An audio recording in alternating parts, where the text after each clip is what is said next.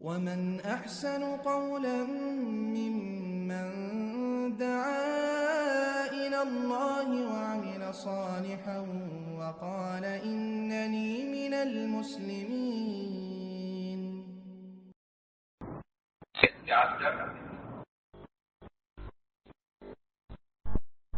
السلام عليكم ورحمة الله. وعليكم السلام ورحمة الله. بارك الله فيك.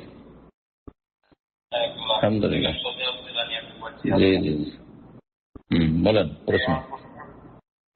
এখন এই বর্তমানে বাংলাদেশে যে মাজার ভাঙছে, যা আলহামদুলিল্লাহ হচ্ছে, তো অনেক মাজার পূজারীরা বলছে যে আমাদের নবী সাল্লাল্লাহু আলাইহি কেন মাজার ভাঙা আছে, ওটা আগে ভাঙ তারপর আমাদের ভাঙতে হবে। এটা তো দলিল না, তো আমাদের এই সম্পর্কে বলবে দলিল আমাদের কোরআন হাদিস দেখতে হবে। তাই এটা যে বলছে একটা একটু বলবে। এবং ওই যে মাজারটাই কেন গম্বুজটা হয়ে মানে পাকা, ভিতরে যে কবর বলেছে পাকা নেই, সম্পর্কে বলবে। প্রথম কথা, দেশে মাজার ভাঙছে সেটা জায়েজ কিনা, সাধারণ জনগণ ভাঙছে সেটা জায়েজ কিনা, সেটা সেখানকার ওলামায়ে কেরামগণ একসাথে বসে সর্বসম্মতি করে ফতোয়া দেবেন। সেই ফতোয়াতে আমি যাচ্ছি না যে জায়েজ না নাজায়েজ, না জায়েজ বলছি না, আবার জায়েজ বলছি না। সেই ফতোয়া একা আমি দেব না, বরং সেখানকার ওলামায়ে কেরামগণ বসে ফতোয়া দেবেন। সেখানকার অবস্থা তারা বুঝছেন, জি, সেখানকার বাস্তবতা তারা বুঝছেন, সেখানে সরকারের সেখানে পক্ষ থেকে সমর্থন ইত্যাদি এইসব বিষয়গুলি রয়েছে, সুতরাং তারা সেটা ফতোয়া দেবেন। জি, বাকি কথা, নবী সাল্লাল্লাহু আলাইহি ওয়াসাল্লামের ওসিয়ত হচ্ছে আলী রাদিয়াল্লাহু তাআলা আনহুকে যে কোন জায়গায় উঁচু কবর, পাকা কবর না, উঁচা কবর পেলেও তাকে একবারে সমতল করে দাও, বাস 1 বিঘতের বেশি রাখা যাবে না। পাকা কবরকে কাঁচা করে দাও এবং কাঁচা কবরকে উঁচা থাকলে সমতল করে দাও। জি, এই হচ্ছে না ইল্লা সাওয়াইতাহু আল্লাহ তাদা কবরান মুশরিফান ইল্লা সাওয়াইতাহু, কোন উঁচু কবর পেলে সেটাকে একেবারে সমতল করে দাও, বরাবর করে দাও। এটি হচ্ছে নবী সাল্লাল্লাহু আলাইহি ওয়াসাল্লামের নির্দেশ।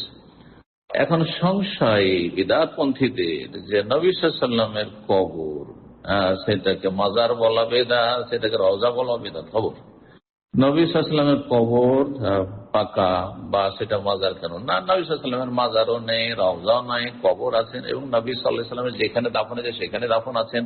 মা আয়েশা রাদিয়াল্লাহু তাআলার হুজরায়ে মুবারাকায় কক্ষে, কারণ আম্বিয়া রাসূলুল্লাহ আল্লাহর বিধান হচ্ছে যেখানে ইন্তেকাল করবেন সেখানে তাকে দাফন করতে হবে। সমস্ত নবীদের ক্ষেত্রে এটি হচ্ছে আল্লাহর বিধান, সেই জন্য তাকে সেখানে দাফন করা হয়েছে, না হলে খোলা জায়গায় দাফন করা হতো। আর সেখানে দাফন করা হয় যাতে শিরক বিদআত না হয়। তারপরেও শিরক বিদআত করতে বিদআতীরা ছাড়ে না এখানে এসে। আল্লাহ হেফাজত করুন। আলহামদুলিল্লাহ, যেখানকার সরকার তাওহীদ সুন্নাহ সরকার, যে আলহামদুলিল্লাহ সেখানে প্রোটেকশনের ব্যবস্থা রেখেছেন, যে এখানে মানুষ শিরক কুফরি সরাসরি স্পষ্টভাবে করতে পারে না, কিন্তু তার মধ্যেও তারা তাদের এই সব শিরকি বিদআতি কর্মকাণ্ডে তারা লিপ্ত। আল্লাহ রাব্বুল তাদের হেদায়েত দান করুন। এটা কখনো কবর পাকা করা হয়নি, নবী সাল্লাল্লাহু আলাইহি ওয়াসাল্লাম কবর পাকা না, এবং নবী সাল্লাল্লাহু আলাইহি ওয়াসাল্লামের কবর যেমন মাজারগুলি রয়েছে সেরকম নাই। আর তারপরে যে গম্বুজ তৈরি করা হয়েছে সেই মা আয়েশার কক্ষের উপর, সেই গম্বুজটি না নবী সাল্লাল্লাহু আলাইহি ওয়াসাল্লামের উপদেশ ছিল করিও, না আবু বকর করেছেন, না ওমর করেছেন, না ওসমান করেছেন, আলী করেছেন। দলিল আলী রাদিয়াল্লাহু তাআলা আনহু পর্যন্ত। তারপরে আজ যেসব খলিফাগুলি এসেছেন, ধরেন এর ওমাইয়া আমলে, এখন এক সময় কোন একজন শাসক করেছেন, তাদের আমলগুলি দলিল নাই, তাদের আমলগুলি দলিল নন। কাজটি যারা করেছেন সেটাও ঠিক করেননি। আর তারপরে সেটা কবর পাকা করা নেই, সেটা মসজিদের সাথে সামিল করে নেওয়া হয়েছে, মসজিদের সাথে সামিল করা হয়েছে। তারপরেও সেটাকে কক্ষের মধ্যে ঘিরে রাখা হয়েছে যাতে করে কেউ তওয়াফ না করতে পারে। একদিক বন্ধ করা আছে যাতে তওয়াফ কেউ না করতে পারে সেই কবরে। তারপরে তার পাশে বাম পাশের দিকে সালাত আদায় না করতে পারে, এইভাবে সেটাকে আলাদা করে রাখা। এক কথায় সেটা আলাদা হয়ে আছে। জি, মসজিদের মধ্যে কবর দেওয়া হয়নি, সেটা মা আয়েশার কক্ষে কবর দেওয়া হয়েছে। তারপরে সেটা ওইভাবে পাকা করা হয়নি যেভাবে মাজারগুলি পাকা করে সেগুলিতে গায়রুল্লাহর ইবাদত উপাসনা হচ্ছে, শিরকের আস্থানায় পরিণত হয়েছে, সেটাও নেই। আলহামদুলিল্লাহ, শিরক থেকে আল্লাহ রাব্বুল আলামিন নবী সাল্লাল্লাহু আলাইহি ওয়াসাল্লামের কবর মুবারক মুক্ত রেখেছেন, হেফাজতে রেখেছেন। আল্লাহ যেন কিয়ামত পর্যন্ত হেফাজত করেন। বারাকাল্লাহু ফীকুম। সুতরাং এসব কথা তাদের কানা কাহাই করে দেখানো আর মানুষকে, অজ্ঞ মানুষদেরকে বিভ্রান্ত করা। আল্লাহ তাদের বিভ্রান্তি থেকে বাঁচিয়ে রাখুন।